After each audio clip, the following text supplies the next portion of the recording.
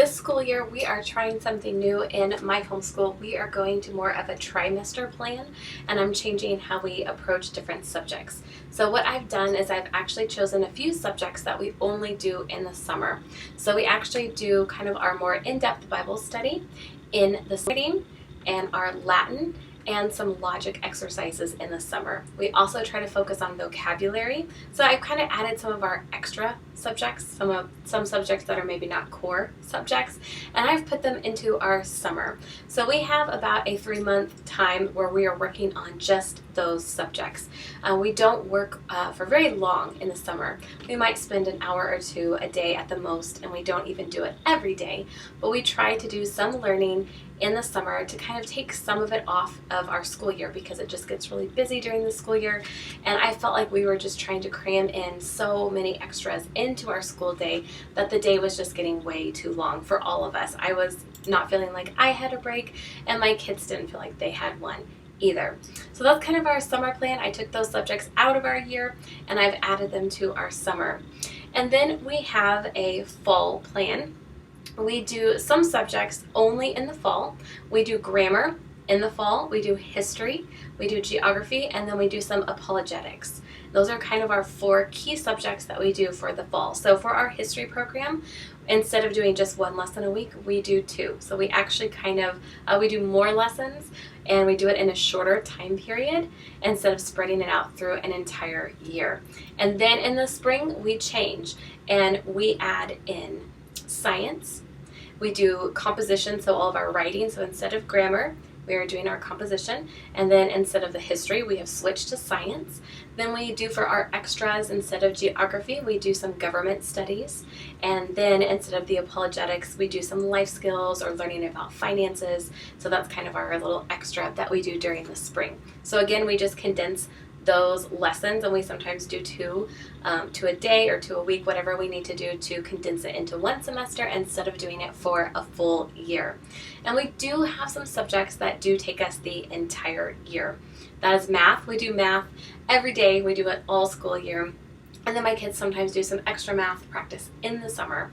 Then we also do spelling every day. I found that my kids really need the consistent structure of practicing spelling every single day for the whole year. For my little ones who are still learning to read, we practice phonics and reading every day for the entire school year. And then we also do Spanish during the full school year. So that is something that we try to practice and get to every day just for the continual learning so that they remember that. So those are our subjects that are year long, and then we have the few that we have for fall, the 4 in the fall and the 4 in the spring that trade out. And that has really helped our day feel shorter. My kids have found it a lot easier to not have to switch between so many subjects in a day. They don't have this massive checklist of all the subjects that they need to complete. It's a much shorter checklist. They may have to do more than 1 lesson of that subject each day, but they are more willing to do that because they're in grammar mode or they're in history mode. And instead of doing 1 of history, 1 of science, 1 of grammar, and still doing their composition assignment, they have really enjoyed just doing a little bit extra in the few subjects that we do each semester, and it really makes our day feel shorter, and it's been a lot more efficient for us. So it seemed a little crazy when my husband and I first talked about it, and I was a little worried about trying to condense some of those subjects, but it's actually worked really well. We get a lot more done. My kids are motivated to go ahead and finish some of those subjects because they know in the spring they get to switch out to something else, and so they look forward to being able to take a break from history and just focus more on science. It also allows us to dive more deeply into the subjects that we're studying because we don't feel so rushed. We don't feel like, oh, we still have to do science and we still have to do our writing, and we just have such a long list every day.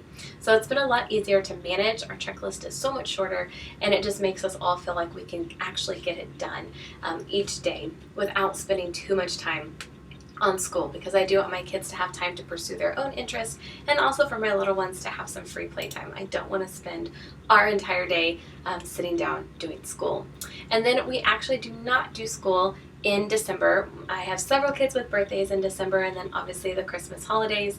My husband is a professor, so he has several weeks off in December, and so we are not ever productive during that month. So instead of trying to do any of our schoolwork, we have just dedicated December to doing art, to doing music, to studying more poetry, and just doing some kind of fine arts extras that we don't really have time to fit in during the school year. So we do a lot of art projects, a lot of cooking and baking. We do a lot of music, some music theory, read poems, have some poetry tea times, just kind of some fun extras. It still counts as school. We are just taking kind of those fine arts extras and cramming them into a really short time period. And each December, we just try to cover as much of that as we can, doing art every single day, doing different music projects and listening to music every single day.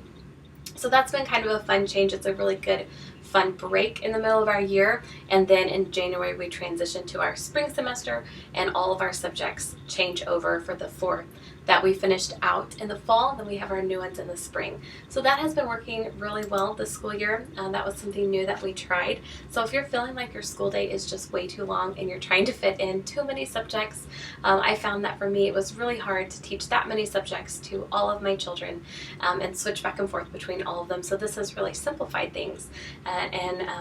After explaining the plan to my kids, they really understood that yes, they may need to double up on a certain subject, but they are okay with doing that because they know that they can get things done, and we have that sense of completion at the end of November. We have our good break in December, and then we're back at it in January for our spring semester.